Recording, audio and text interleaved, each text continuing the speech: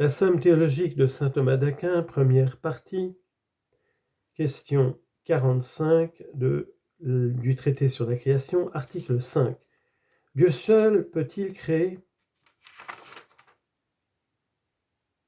Saint Augustin dit dans son traité sur la Trinité, livre 3, chapitre 8, « Ni les bons ni les mauvais anges ne peuvent créer quoi que ce soit.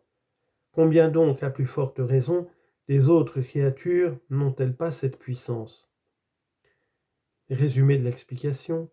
Puisque la création a pour terme le plus général des effets l'être pur, l'être même, il suit que la plus universelle des causes, c'est-à-dire Dieu, peut seul créer. Explication. Il faut dire ceci. On voit au premier coup d'œil, d'après les discussions précédentes, que créer est l'action propre exclusive de Dieu. Plus un effet est général, plus doit être universelle la cause qui l'a produit. Or de tous les effets, l'être même est le plus général. Il a donc été produit par la cause la plus universelle, c'est-à-dire par Dieu. Aussi disons-nous dans le livre des causes que l'âme ne nous donne l'être à nous-mêmes que par l'opération divine. Mais d'un autre côté, produire l'être pur et simple, l'être considéré en lui-même, et non pas dans tel et tel individu, c'est créer dans le sens rigoureux du mot. Il est donc manifeste que la création est l'action propre de Dieu. Nous devons ajouter une observation. On voit souvent des choses concourir à l'action d'autres choses comme instruments, non par leur propre énergie, mais en empruntant leur efficace à l'agent principal, comme lorsque l'air échauffe et cause l'ignition par la vertu du feu. De là quelques auteurs, tout en regardant la création comme l'œuvre propre de l'artisan suprême, ont pensé qu'une cause inférieure, opérant par l'efficace de la première cause, peut déployer une action créatrice. Ainsi Avicenne dit que la première intelligence, après avoir reçu l'existence de l'auteur des êtres, a produit une autre intelligence, puis celle-ci la substance et l'âme du monde, puis le monde la matière des corps terrestres. Ainsi le maître des sentences enseigne que le Tout-Puissant peut communiquer à la créature la puissance de tirer sous ses ordres suprêmes comme son représentant l'être du néant. Ni l'une ni l'autre de ces opinions ne peut être admise. Pour que la cause instrumentale participe à l'action de la cause supérieure, il faut que, par une aptitude propre, elle dispose l'objet à recevoir l'effet, comme la hache qui, débitant le bois par son tranchant, produit la forme de l'escabeau, ouvrage de l'agent principal.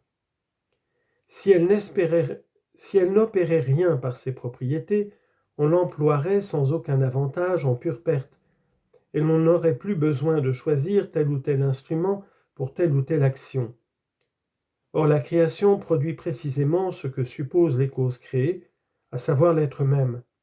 Comme elle opère de rien, elle ne leur offre pas un sujet préexistant qu'elle puisse disposer à recevoir la vertu créatrice. Les créatures ne peuvent donc créer ni par leur propre vertu, ni comme instrument, ni comme simple représentant de la divinité. Cela est vrai surtout des substances matérielles, comme les corps n'agissent que par le contact et le mouvement, ils supposent toujours dans leur action une matière qu'ils puissent toucher et mouvoir, et dès que vous parlez d'objets préexistants, vous anéantissez l'idée de création. Première objection. Le philosophe dit dans son traité sur l'âme, « Tout être parfait peut produire son semblable. » Or les êtres matériels moins parfaits que les êtres immatériels produisent leur semblable. Ainsi le feu fait naître le feu, ainsi l'homme engendre l'homme. Donc les êtres immatériels peuvent produire leur semblable. Mais les êtres immatériels doivent nécessairement être produits par création, puisqu'ils ne renferment pas de matière d'où ils puissent être tirés. Donc Dieu ne peut pas seul créer. Réponse. L'être créé quand il est parfait produit son semblable, mais il ne produit pas sa nature absolument puisqu'il l'a par participation. Seulement il la transmet en l'appliquant pour ainsi dire à un sujet particulier. Ainsi l'homme n'est pas la cause de la nature humaine, car autrement il serait à lui-même son propre principe. Mais il est la cause que la nature humaine est dans tel et tel homme individuel, si bien qu'il suppose dans son acte une matière qui lui sert à individualiser son effet. Et bien de même que l'homme a la nature humaine par participation, ainsi la créature a par don la nature de l'être, si l'on nous passe le terme. Car Dieu seul est son être, comme nous l'avons vu. La créature ne peut donc produire l'être d'une manière absolue, mais seulement dans un sujet individuel. Il lui faut donc à elle aussi, dans la production de son semblable, un principe d'individualisation. Or les substances immatérielles ne sont point individualisées par une matière préexistante, mais par la forme même qui leur donne l'être, puisque cette forme est subsistante. Les substances spirituelles ne peuvent donc donner l'existence à d'autres substances qui leur ressemblent. Elles peuvent seulement produire dans celles qui existent déjà des perfections accidentelles, comme lorsqu'un ange supérieur illumine, selon l'enseignement de l'Aréopagite, un ange inférieur. Voilà la paternité qui existe parmi les esprits célestes. Voilà le sens de cette parole de saint Paul, Éphésiens chapitre 3 verset 15, de qui est nommée toute paternité dans le ciel et sur la terre.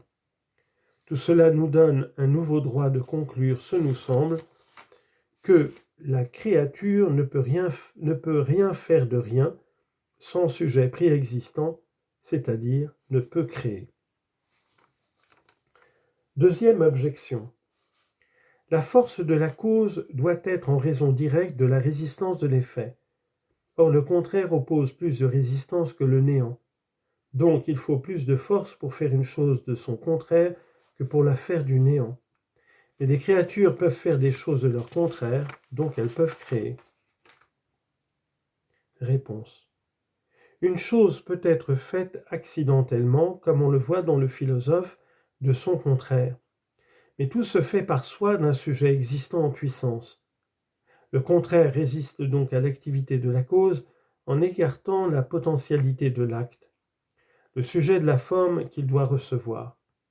Ainsi, quand le feu s'efforce d'imprimer à l'eau sa nature, les propriétés contraires immobilisent dans l'élément liquide et retiennent les principes qui pourraient s'en rapprocher.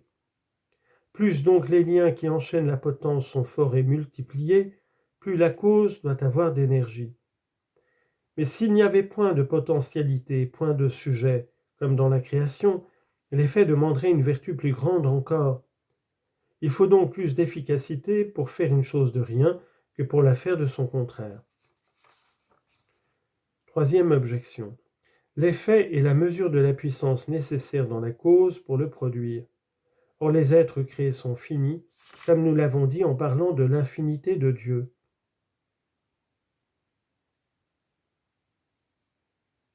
Donc il suffit d'une puissance finie pour les produire.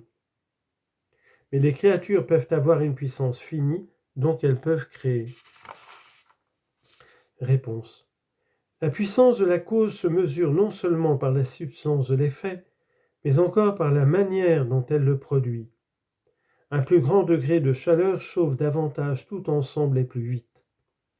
Produire un effet fini ne révèle pas une puissance finie dans l'agent, nous le disons tout le premier, mais produire cet effet de rien démontre un pouvoir sans borne. Cela résulte manifestement de ce qui précède. En effet, s'il faut d'autant plus de vertu dans l'agent que la potentialité est plus éloignée de l'acte, la cause qui opère en dehors de toute potentialité, sans sujet, doit avoir une force infinie, car il y a une distance immense sans borne entre l'absence de potentialité et quelque potentialité, comme entre le non-être et l'être. Puis donc que les créatures n'ont point la puissance infinie, non plus que l'être fini, il s'ensuit qu'elles ne peuvent créer.